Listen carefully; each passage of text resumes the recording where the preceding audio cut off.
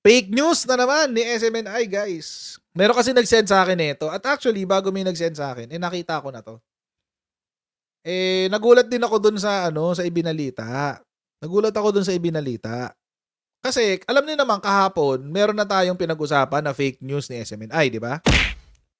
Meron tayong pinag-usapang fake news. Pakita ko na sa inyo. Yung kahapon, ito yung fake news si SMNI. Naalala niyo to? Yung dilawan na raw si PBBM. Ayan, labels President Marcos at dilawan. Oo. Tapos kanina, may bago na naman si SMNI, that fake news that matters. Only fake news matters. Nakita ko to kanina. Namataan ko to kanina sa Twitter.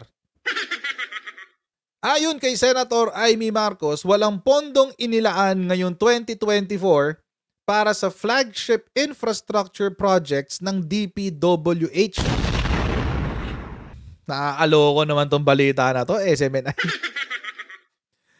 Hindi nyo alam ko gusto niyo lang magbalita. Pero sana verify niyo muna yung balita, di ba? Ito sabi, flagship infra projects sa 2024 walang pondo. Sabi daw ni Senator Amy Marcos. Okay. Walang pondong inilaan ngayong 2024 sa flagship infrastructure projects ng DPWH. Ayon ito kay Senator Amy Marcos sa panayam ng SMNI News. 300 million lang din ang nakalaan na lang din aniya ang pondo para sa right of way. Para sa mga road project, ngunit ang utang naman dito ay nagkakahalaga ng 66 billion. Saan kaya napagkukuhan nila tong numero na to, no? Kasi, mamaya pupuntahan natin, no? Kasi, ang weird. Kung 300 million ang nakalaan para sa right of way, baka kasi yun lang ang hinihingi. Baka kasi ito lang ang hinihingi dun sa compensation. Di ba? Hindi natin alam kung bakit umabot sa 300 million yan. Bakit di nyo tanongin yung nag-accounting yan? Baka ito lang kasi yung naka-allot na budget. Ngayon, kung 66 billion man ang naka-allot na budget at 300 million lang ang nasa right of way, humingi kayo ng ng tawag dito? Bill of Particulars. Hindi nyo kayang hinga ng Bill of Particulars yan? Para kasulat lahat, di ba? Kung magkano yung para sa right of way, magkano yung sa construction, and even doon sa construction, magkano yung para sa mga equipment, magkano sa materials, etc. etc. Pero bago yan, as usual, mag-shoutout man tayo sa mga kaibigan natin sa Sendwave! Yan. So, kayo po ay nasa US, UK, Canada, Italy, France, Spain, Ireland, and Belgium. May pwede na po ay magpadala ng inyong mga remittances, yung cash-cash na yan. Sa Pilipinas, nang wala pong remittance fees gamit ang Sendwave. Ang gagawin nyo lang ay download ang Sendwave app, gawa kayo ng account, ilagay nyo ba ang account details dyan. At pwede na kayo magpadala sa GCash, sa mga bangko at sa iba't ibang mga pawn shop sa Pilipinas. At kapag ginamit nyo pa kayong promo code na Coach Jarrett, ayan kuning spelling na yan, yan na yun. Okay, huwag nyo pong kalimutan yan. Sa inyo pong unang padala ay makakuha kayo ng karagdagang $20 free credit. Ayan, kaya gamitin na si Sendwave for all of your remittance needs. Okay. Kasi ganoon naman, alam nyo, mga Ojero, ganyan ang ginagawa sa budget deliberations. Malamang sa malamang, and kung ito ay galing sa aid or sa utang, sa loans. Kasi sinabi utang eh. So, isabihin loan to na 66 billion. Sana in-identify nyo. SMNI, sana in-identify. Sa inyo na mismo nang galing kung saang utang nang galing to. Diba? Saan ba nanggaling yan? Yung sinasabi nyong utang. Ano yung utang na yan? Kasi maraming loans na mayroon ng Pilipinas. At hindi natin alam kung itong loan na to na 66 billion panahon pa ni Digong, ni Digong. Hindi natin alam. Hindi nyo naman in-identify eh. Utang eh. Hindi naman siya budget. Ang sinasama lang na budget sa utang, ang sinasama lang sa budget na related sa utang ay kung paano babayaran yung utang. Nag-interview kayo, hindi nyo dinagdagan tong balita ng information. Dagdagan nyo kasi ng impormasyon. Sabi, papaano ani Sen Aimee magagawa ang mga proyekto kung hindi mababayaran ang mga utang hinggil sa right of way? Okay. So, ito yung sinasabi ni Senator Aimee daw. 300 million lang daw ang nakalaan sa right of way. Tapos ang utang daw sa right of way 66 billion. Paano umabot sa 66 billion ng utang sa right of way? Saan ba to? Saan bang kalsada to? Saan bang lugar to? Bakit may... Ba't ang laki? 66 billion. Okay, so... Ito yung ibig ko sabihin mga kotsero na dapat nililinaw nila yung itong mga balita na ganito eh. Ang labo eh. So, wait, tulad yan, na-misinterpret ko yung pagkakasulat nila. Pangit pa yung pagkakasulat nyo, SMNI. So, sana ang sinabi nila, nagkakahalaga ng 66 billion ang total na halaga ng utang para sa right of way kung saan 300 million pesos lang ang nakalaan na budget. Ayun, mas malinaw, SMNI. Ang gulo nyo. Ang labo, ang gulo. Tapos sabi pa, papaano anin sa Naimi, okay? So kung 300 million lang daw ang nakasulat sa right of way, bakit daw 66 billion daw yung total? Magulo na rin to si Senator Amy eh. Hindi na rin alam kung saan eh. Kung ano yung mga pinagsasabi. Kanina, mamaya pag inag-usapan natin yung AKAP, mapapahiya to si Senator Amy. Maliban pa rito, sabi ng SMNI, dahil halos wala ring pondong inilaan sa maintenance, mas lalo pa anyang makakaranas ng traffic ang publiko sa mga pangunahing kalsada.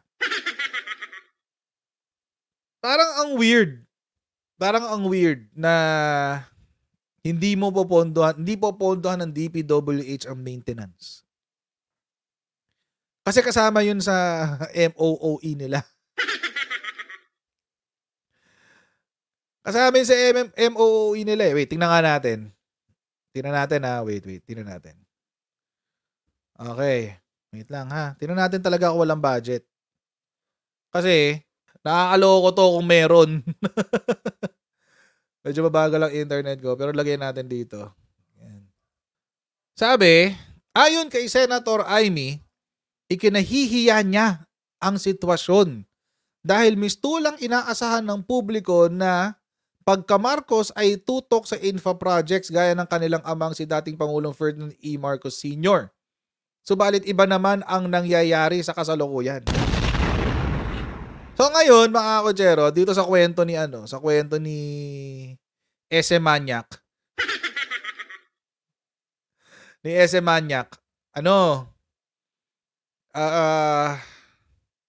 pinag-aaway nila yung magkapatid. Well, hindi rin naman ako magtataka kung yan ang strategy nila ngayon. Kasi, in fairness to them, gusto talaga nilang pag-awayin dalawang magkapatid eh. Totoo lang. Yan ang napapansin ko talaga sa kanila ngayon. Tagal sorry. Di ba? Ang saya-saya ni Converge, di ba? Hintay pa tayo mga 3 hours, guys.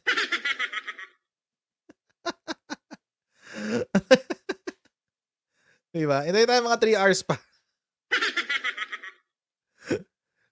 Ganun karami yung project sa nakabudget, mga kotsero. Kasi, itong parte na to, nakuha ko to sa GAA mismo ng DPWH. Madali namang makita yun. Nasa website lang ng Department of Budget and Management. Kaya madali siya makita. Tapos nakahiwalay siya. DPWH projects. Tapos nakasulat doon yung Yun! Finally.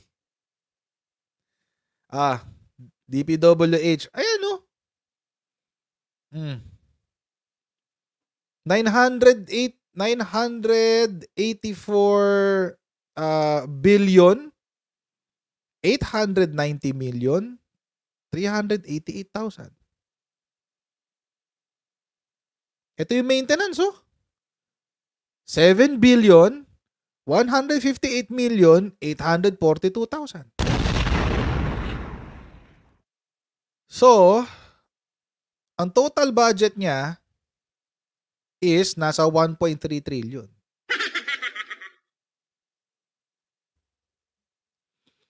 Alam nyo, SMNI, ang dali ikabit nito eh. Kaysa nagbalita kayo ng ganito na walang pondo, ba't hindi nyo isinama to? Ayan ang sinasabi kasi ni Senator Amy. Tingnan nyo. Panituloy si Senator Amy na fake news. Ah, Diyos ko. Ang sabi kasi ni Senator Amy, wala ring pondo na inilaan sa maintenance. Mas lalo pa niyang aniyang makakaranas ng traffic ang publiko sa mga pangunahing kalsada. Ayan ang maintenance, oh. Oh, magkano ang budget? 7 billion.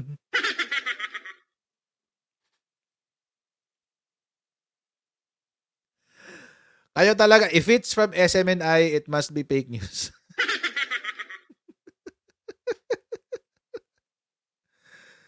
Oh. Ito, may hiwalay pa yung sa operational budget. Oh, iba yung operational budget, 5 billion. O, mga engineering offices yan. Ang dami, di ba? Lahat yan naka-budget kasi talaga. So, lampasan na natin yan. Puro office. Ito. Ayan. Oh. Ito yung mga projects. Region 8. Wala, naghang na. Basta, I think I've made my point. Ayan yung mga project. Oh. Region 2. Region 1, NCR. Payatas Road. Maintenance, preventative maintenance. Ano yung sinasabi ni Senator Amy? 15 billion ng budget,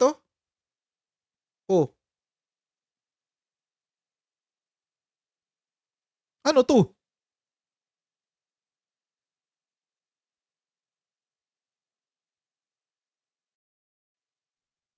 Akala ko ba walang maintenance budget, SMNI? Sinungaling talaga kayo.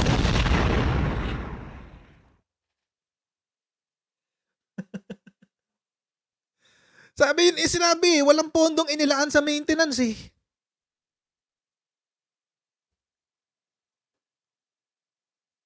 Ano to? 15 billion.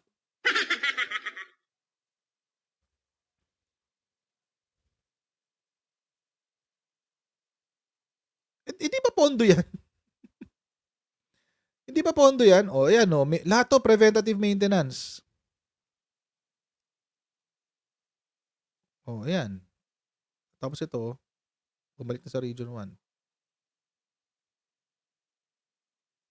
Pati Quirino Avenue, may budget ng preventative maintenance. South Super Highway, E-Service Road.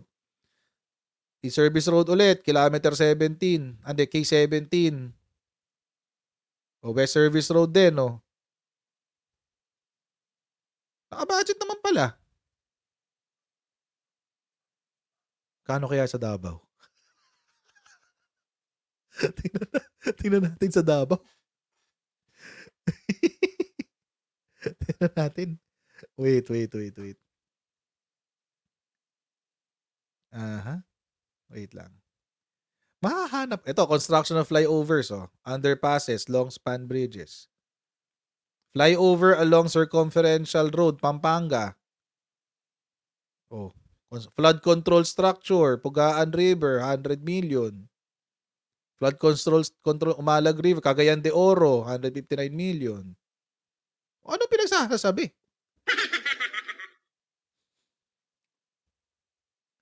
Tingnan nga natin yung sana makita natin yung ganitong version ng yung sa 2020. General. Tingnan natin yung 2020. Yung yung parang ang ni-request lang yata is 9 billion for Davao First District. Tapos ang binigay 25 billion. Okay, ito na. Okay. Okay. Infrastructure, okay. Management, construction, maintenance, alright. Region 11, 316 million, 622. Talaga. Baka operations lang yan. Hindi. Ano pala siya? Hiwa-hiwalay. Ayan, maintenance. Hiwa-hiwalay Ito, flood control. 100 million. May 100 million sila dito. Isa, Saan kaya dito yung 51 billion? Ay, yung 25 billion. Laki ng capital outlay, 558 billion, guys. Billion. Okay, sana. Tayo Davao. Paano kaya to? Davao. Hindi na hindi na trace yung text. Camarines, Pamplona, ito Region 6. Na 8. Okay, 10. Region 10. Region 10. Ayan, Region 11. Kalsada. 7 billion, no? Sa kalsada. 7 billion agad sa kalsada. Ayan, Diba ang nire-request na parang 9 billion lang yata? Hindi ko alam dito kung ano yung sa Davao City ng 1st District, pasensya na.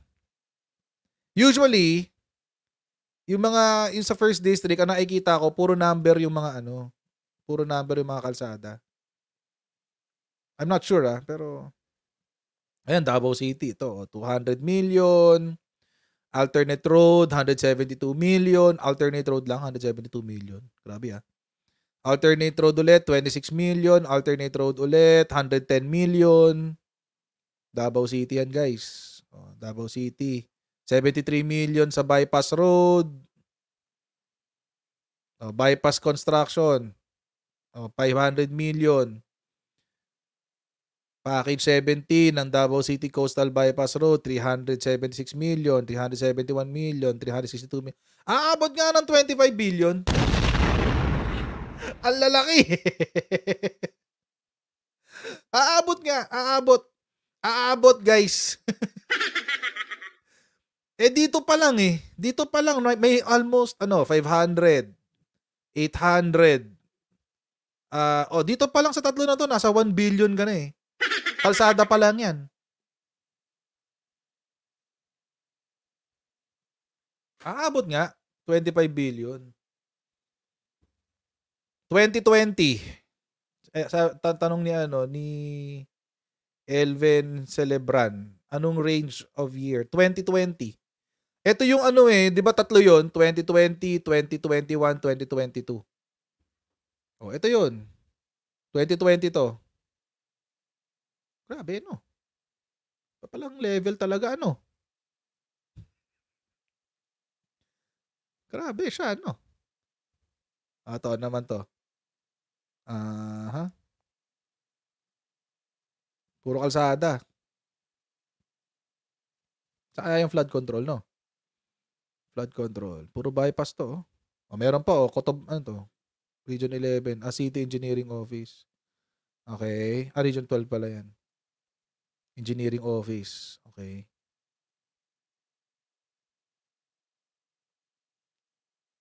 Grabe to, Tindi. Ibang level pala ng dito, Pag pinag-usapan talaga yung construction, ang lalaki ng pera. Sana merong magsipag, Sana merong merong sipagin. Tapos isa-isahin tong mga line items na to, malaman natin kung ilan talaga aabot.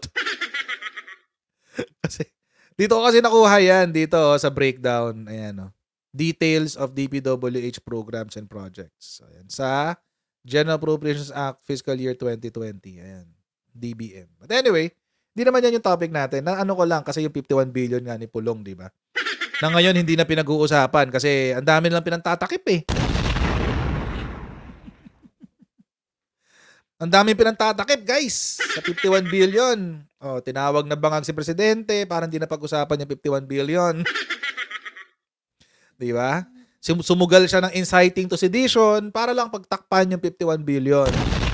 Ganyan si Xi Digong. Nakakawala ng gana kay Xi Digong. Grabe, Doon, 3 line item pa lang yun, mga kotsero, abot ka na ng 1 billion Tatlo pa lang yun. 3 line item pa lang yun.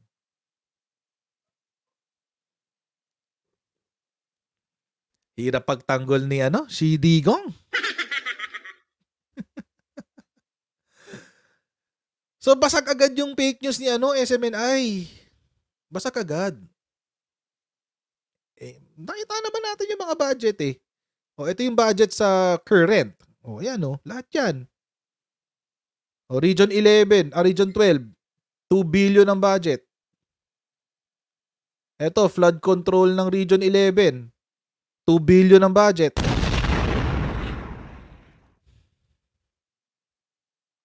Tapos, alam nyo yung tigas ng mukha ni Alvarez? Di ba sinabi ni Alvarez, hindi raw sila pinondohan para gumawa ng flood control? Anong tawag nyo dito?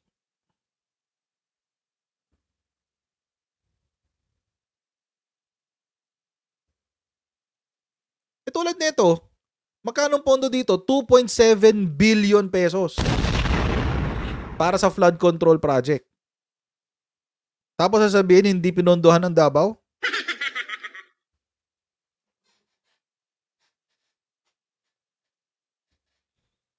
Lah. May ganun. In fact, mga kotsero, nabalita nga yan eh. Kaya nagtataka ako kay SMNI, ba't hindi niya binalita to? Ba't di pala niya inayos yung balita niya? Build Better More gets 1.4 trillion budget in 2024, which is 5.3% of our total GDP.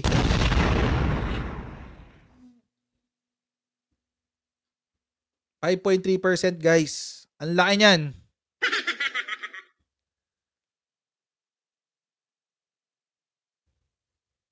Build Better More lang yan.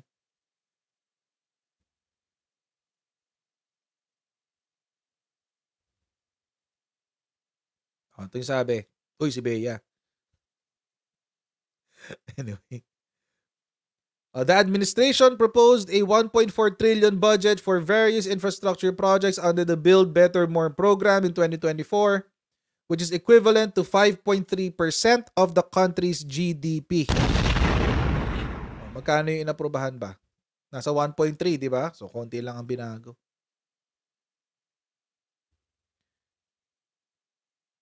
Masyado malaki yung file, Sana pa, dinownload ko na lang. But anyway. Ayun. Ito yung ito yung total.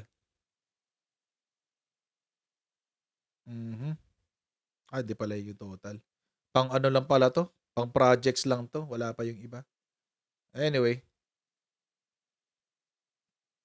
The government has also proposed 40.6 billion for social infrastructure projects such as public school buildings and another 15.3 billion for public hospitals and health centers.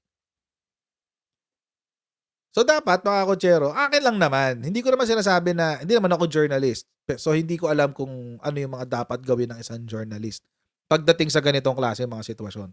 Pero bilang isang ordinaryong tao, parang sa akin, logical lang naman na kapag may binalitang ganito ang isang politiko, i-verify mo.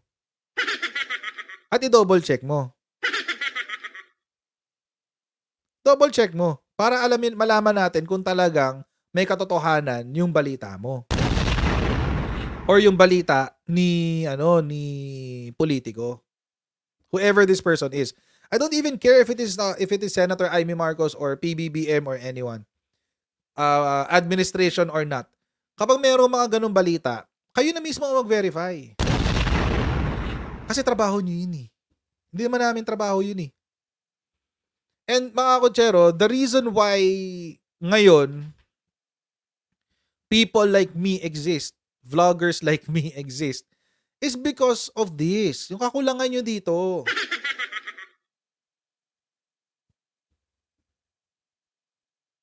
Yung kakulangan nyo dito. Kulang-kulang kayo sa info.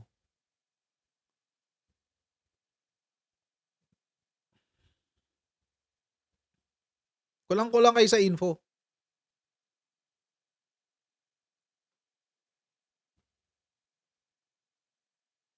Kaya wala naniniwala sa inyo eh.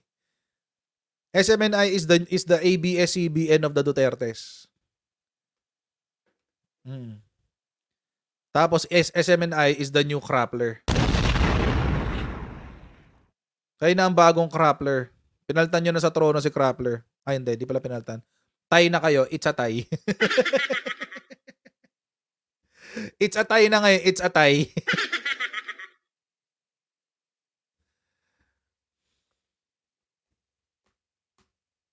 Diba? Check nyo. Sinabi ni Senator Amy, walang pondo. You took it, hook, line, and sinker. Hindi kayo nag-isip? Eh ako nga, nakita ko yan, napaisip agad ako, talaga ba hindi pinondohan? Imposible mangyari yun. Imposible mangyari yun. Bakit hindi po pondohan? O di nagkalkal ako ng konti. Nung nagkalkal ako ng konti, ano nangyari? Ayun. Partida, hindi pa ako expert sa computer niyan. Hindi pa ako marunong mag-hack niyan. Naghanap lang ako ng mga detalye ng kung saan makikita yung mga impormasyon na ganyan.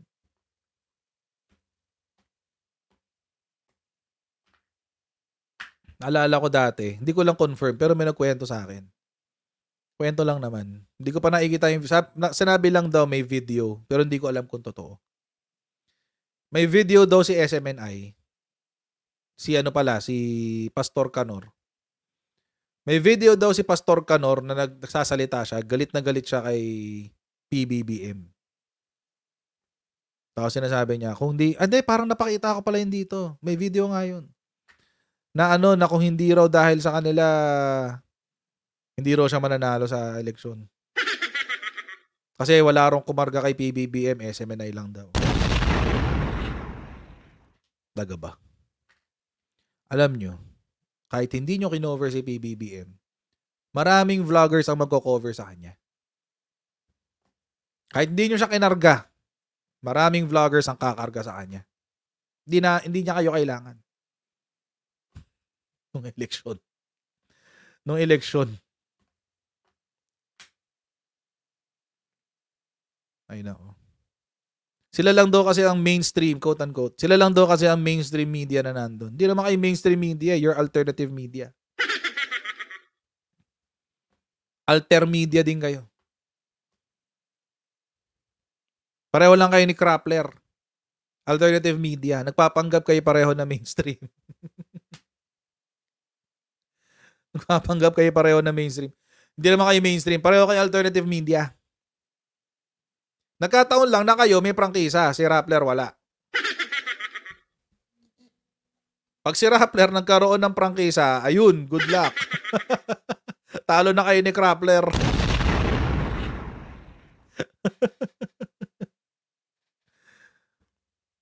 Diba?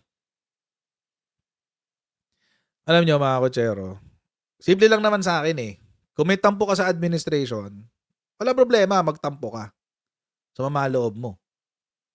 I'm one of them. Masama loob ko sa certain people in the administration, not everyone. Certain people in the administration. Pero dinadamay ko ba yung mga kababayan natin? Hindi. Ba't ko dadamay yung kababayan natin? Ako yung may issue. Tsaka personal yung issue ko. Ba't ko dadamay yung buong Pilipinas? Ba't ko i-destabilize ang bansa? Dahil lang masama loob ko. Ang ginagawa kasi ng ibang masamaan loob sa administrasyon, for whatever reason kung bakit masama ang loob nila, sisiraan nila yung administrasyon. As if kapag napalitan si PBBM, makakapasok sila.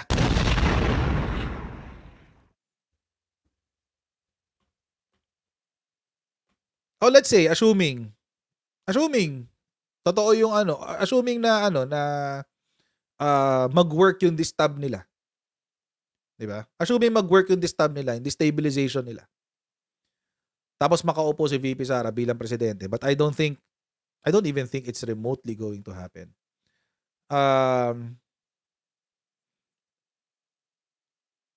Pero let's play the devil's advocate. Like Pastor Kibuloy. Pastor Canor, the devil's advocate. Anyway. Let's play the devil's advocate. Sabihin natin maging presidente si VP Sara. Does it guarantee na na yung gusto nyo, ibibigay ni Bibi Sara? No. It's not a guarantee. It's not a guarantee. Hindi guarantee yun.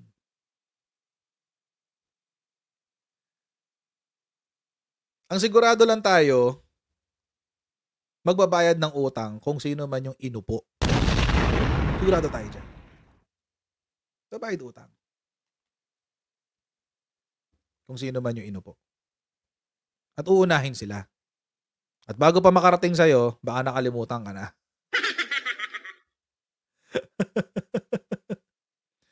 Si Angelina Concepcion sabi niya, "Oy, SMNI, si PBBM nagpasikat sa inyo. It's the other way around." Totoo. Di ba during elections, ano ba si SMNI? Di ba? I mean, aside from LCAB, yung laban kasama ng bayan, yun lang naman yung show na pinapanood dun eh. Wala namang iba. Hanggang ngayon, yun lang naman din ang show na pinapanood. Which, ngayon nga, medyo mababa na rin yung viewership niya. Kasi nga, nagpakaano kayo eh.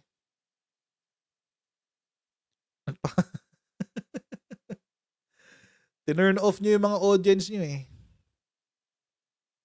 Diba?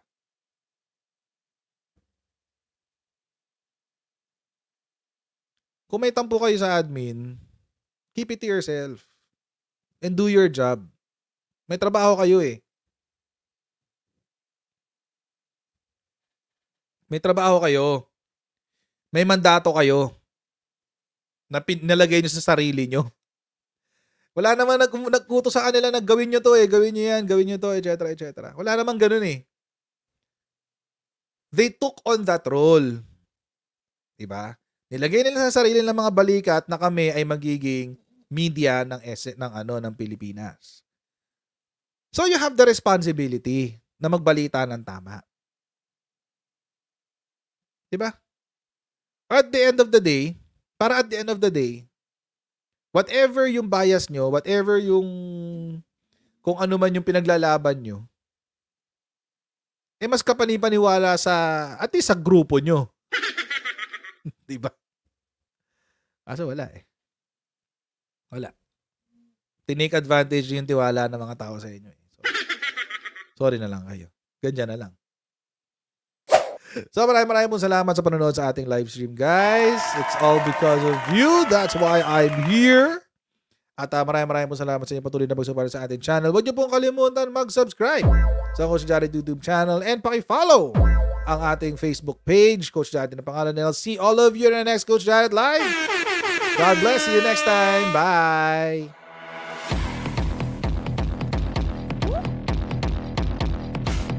Pag ganun, huwag natin gawing tanga mga Pilipino. Mas maganda kasi nasa lugar ka ng tama kaysa yung pinipilit mo yung pagkakamali.